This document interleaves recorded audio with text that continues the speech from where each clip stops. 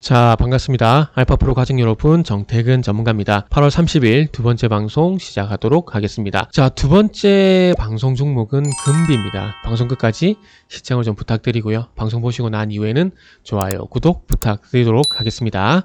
화면 바로 보시면서 말씀드려보도록 할게요. 금비란 종목을 저도 참 오랜만에 보는 것 같아요. 그래서 금비만 보고 이게 뭐하는 회사지? 라고 좀 생각이 들 정도로 최근 정말 생소한 종목이 또 급등이 나온 상황인데 이제는 유리 부족 얘기까지 나오고 있어요. 지금 여기 보시면은 월스트리트 저널은 유리 공예업자를 포함해 자동차 제조업체, 병 제조업체, 건설업체 등 다양한 유럽 기업들이 러시아산 가스 손실로 생산이 제한될 경우 발생될 수 있는 유리 부족에 대비하고 있다고 보도했다. 그러니까 에너지 문제가 결국에는 유리 생산까지 영향을 좀 주는 것 같아요.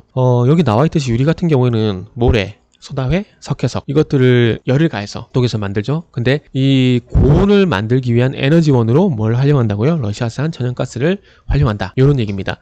그러다 보니까 러시아산 천연가스가 축소가 되게 되면은 당연히 이 고온에 필요한 에너지원이 부족하기 때문에 이런 현상이 나타날 수가 있는데 지금 카타르라든지 그리고 어디냐 미국 쪽에서 LNG를 수입을 하고 있습니다. 근데 지금 어찌 보면은 발전용 천연가스로서 들어가야 될 부분이 상당히 많기 때문에 이런 쪽으로 들어갈 만한 천연가스가 많이 좀 부족할 것 같아요. 그리고 뭐 LNG 사정이 유럽이 나아질 가능성이 있다는 얘기 나오지만은 글쎄요. 제가 볼 때는 그럴 가능성이 있을까라고 봐요. 노드스트림 같은 경우도 3일 정비가 문제가 아니라 이제 겨울이 되게 되면은 기존에 공급했던 거에 20%만 공급을 한다라고 하고 있거든요. 그리고 지금 러시아라든지 유럽에서 LNG를 비축을 하고 있다라고 하지만 이건 그때 돼봐야 알 수 있을 것 같아요. 그래서 지금 동절기용 발전용 천연가스를 확보하는 게 유럽만 하는 게 아니거든요. 지금 호주 같은 경우는 이미 동절기 대응이 들어간 상황이고 그리고 이제 아시아 쪽 같은 경우도 우리나라, 일본뿐만 아니라 뭐 동남아 쪽 같은 경우도 지금 LNG 확보에 혈안이 되어 있는 상황입니다. 그렇기 때문에 수요가 엄청나게 많은 상황들 속에서 그 수요를 다 보충시켜줄 만한 LNG 공급량은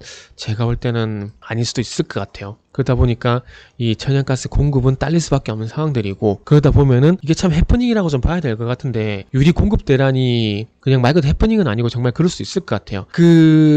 지금 제지 기업들이 최근에 주가가 한번 들썩였잖아요. 펄프 가격이 올라가게 되면서 지금 핀란드 제지업체인가요? 그쪽에 지금 파업 때문에 계속해서 파업이 길어지게 되면서 생산이 지체가 되게 되고 그리고 생산 지체로 인해가지고 고급이 딸린다는 얘기가 있는데 그런 연유 때문에 지금 또 펄프 가격이 올라가고 있는 것처럼 지금은 뭐 에너지라든지 그리고 원재료라든지 그리고 곡물이라든지 이런 것들을 안심을 할 수는 없는 상황이다라고 말씀을 드려야 될 것 같습니다. 그래서 어찌 보면 평소 같으면은 단발성으로 끝이 난다. 이거 보지 마라 라고 말씀을 드리겠지만 글쎄요. 오늘 그리고 최근 상황을 봤을 때는 이게 단기간에 끝이 날까라는 그런 생각이 듭니다. 어찌 보면 연초에 천연가스 관련주들이 들썩였던 것처럼 요 종목도 그렇게 될 가능성은 있지 않을까라고 봐져요. 한솔제지 같은 경우는 주가가 지금 계속해서 우상향이거든요. 최근에 와서 보시면 아시겠지만 한솔제지는 이제 펄프 가격 상승 연휴 때문에 계속 상승입니다. 연초에도 마찬가지였고요. 연초에도 마찬가지로 이렇게 상승이 나왔었고 그러다 보니까 지금 서두에 말씀드렸듯이 펄프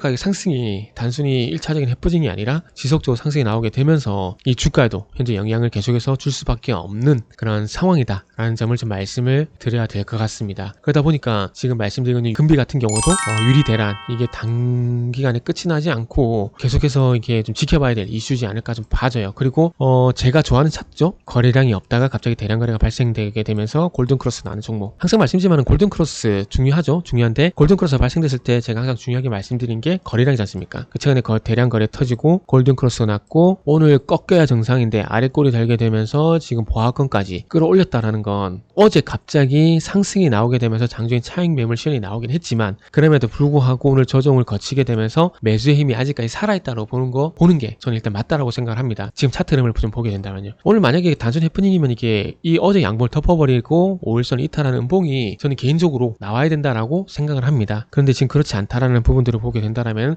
5일선 추세가 아직도 살아있다라는 거죠. 그리고 내일 쪽에 또 다시 한번 양음양 패턴이 나오게 되면서 거래량 증가가 나오고 또 양봉이 나오게 되면서 추세를 살릴 가능성도 있고요. 그래서 내일이나 모레 쪽에 일단 윗꼬리가 달리지 않는 양봉이 나오게 된다라면은 아마 이 추세는 조금 더 길어질 가능성도 일단 염두에 둬야 될 것 같습니다. 그래서 이런 현상이 나올 수밖에 없는 것들은 결국 천연가스라든지 유가라든지 이 에너지 문제가 단기간에 식을 가능성은 낮기 때문에 이런 말씀을 좀 드린다라고 생각을 하시면 될 것 같습니다. 또 이제 유리까지 왔는데 앞으로 또 어떤 생산 제품이 이런 영향을 받을지 모르겠어요. 그래서 어쨌든 에너지 문제가 빨리 좀 해결이 됐으면 좋겠다고 말씀을 드리면서 이렇게 마무리하도록 하겠습니다.